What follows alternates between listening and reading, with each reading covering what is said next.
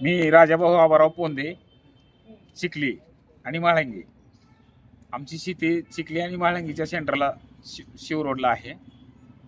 आमच्या शेतकऱ्यांनी बऱ्याच दिवसापूर्वी एक रोड बनवलेला होता, रस्ता. तो रस्ता गेल्या 2 वर्षापासून पवनचक्कीच्या लोकांनी अवजड वाहनं करण्यासाठी वापरण्यात आला आणि त्या रस्त्याची पार वाट लावून टाकलेली आहे. आणि आता त्यांना तिथं जवळपास काही घरं राहतात, तिथं त्यांना धुळीचा त्रास होतो आणि पिकं, रोडच्या लगतची पिकं सगळे वाया गेले त्याच्यामुळं.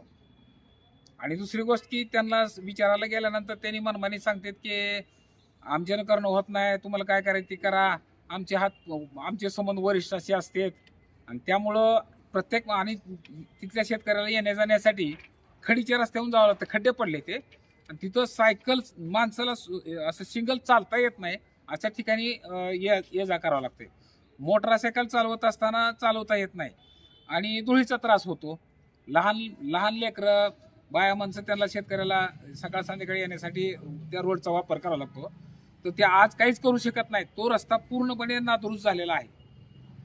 त्यासाठी आम्ही आज कलेक्टर साहेबांकडे आम्ही लेखी निवेदन देण्यासाठी आम्ही आज शेतकरी वर्ग इथं आलेला आहे. बरं, याच्यावर कारवाई नाही झाली तर तुम्ही काय, म्हणजे कारवाई जर समजा नाही झाली तर 10 दिवसाची त्यांना आम्ही सरासरी मुदत दिलेली आहे. 10 दिवसाच्या आत जर ते 10 दिवसापर्यंत जर त्यांनी नाही काय करत असतील तर त्याच्यानंतर आम्ही आंदोलन करू, उपोषण सुद्धा करू. आणि आमचा जे रस्ता पवनचक्कीनं खराब केला आहे का, पवनचक्कीनं रस्ता दुरुस्त करून द्यावा. आणि आता नुकसान झालं आहे, झाडाकडची पुन्हा पिकाचं नुकसान झालं आहे, त्याचा पंचनामा करून त्याची भरपाई द्यावी, एवढीच कळकळीची विनंती आहे.